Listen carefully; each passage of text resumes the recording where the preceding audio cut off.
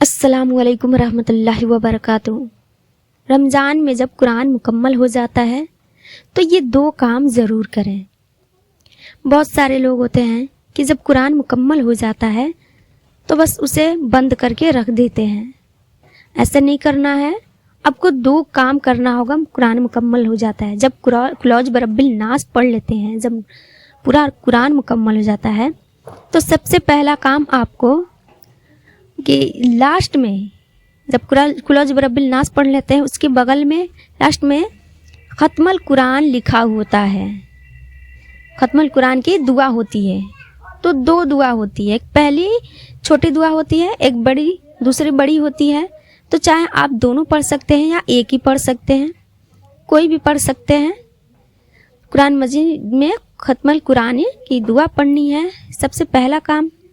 और दूसरा कि बाद में उसको फिर शुरू में आपको चले आना है। ख़त्मुल कुरान दुआ पढ़ने के बाद फिर स्टार्ट में आना है और आने के बाद से आपको सूरह फातिहा यानी अल्हम्दुलिल्लाह रब्बिल आलमीन पढ़ना है।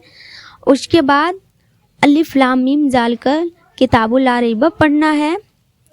और यहाँ से लेकर 5 आयतें आपको उलाइका अला हुदम्मी रब्बिहिम उलाइका उल मुफ़ियून यहाँ तक पढ़ना है।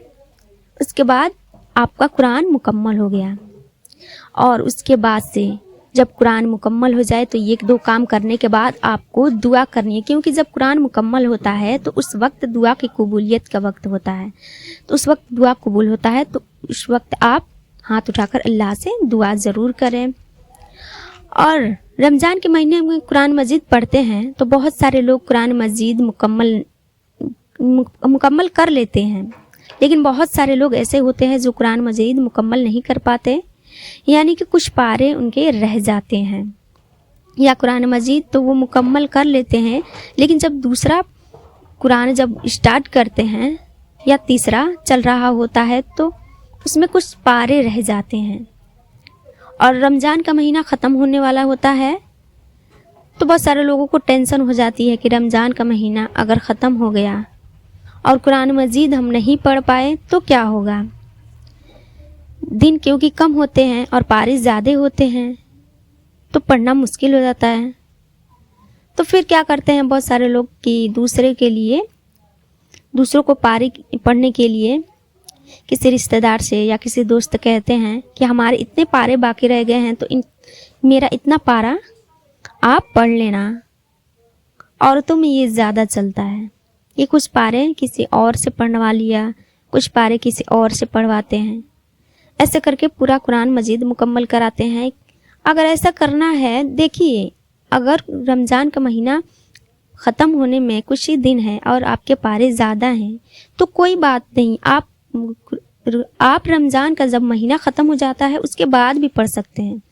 क्योंकि जब आप दूसरों को कहेंगे पढ़ने के लिए तो वो आपका लाजमी है कि पढ़ देगा, लेकिन सवाब आपको नहीं मिलेगा, उस इंसान को ही मिलेगा। फिर फ़ायदा आपका क्या हुआ। तो इसलिए आप कुरान जब रमज़ान ख़त्म हो जाए उसके बाद भी आप अपना कुरान मुकम्मल कर सकते हैं। कुछ ज़रूरी बात ये है, अच्छी तरह से समझना होगा। रमज़ान पहले आप कुरान मजीद पढ़ रहे हैं और रमज़ान का महीना शुरू हो गया है, तो ऐसा नहीं है कि रमज़ान के महीने में जब आप शुरू से ही पढ़ें, यानी कि आप जो पहले से पढ़े हैं 20-30 पारे उसको छोड़ के फिर स्टार्ट कर रहे हैं, ऐसा नहीं है। आप 20 पारे पढ़ रहे हैं तो 21वें से ही शुरू कर दें, स्टार्ट करने की कोई ज़रूरत नहीं है। तो जो पढ़ रहे हैं उसी से पढ़ें, वहीं से पढ़ के आप अपना कुरान मुकम्मल कर सकते हैं। और रमज़ान का महीना ख़त्म होने वाला होता है तो कुछ पारे जब रह जाते हैं तो आप रमज़ान का महीना पूरा होने के बाद भी अपना कुरान मुकम्मल कर सकते हैं। तो ये कुछ बातें थी जो हमने आपको बताई हैं। इस वीडियो को दूसरों तक ज़रूर शेयर करें। अस्सलामु अलैकुम रहमतुल्लाहि व बरकातहू।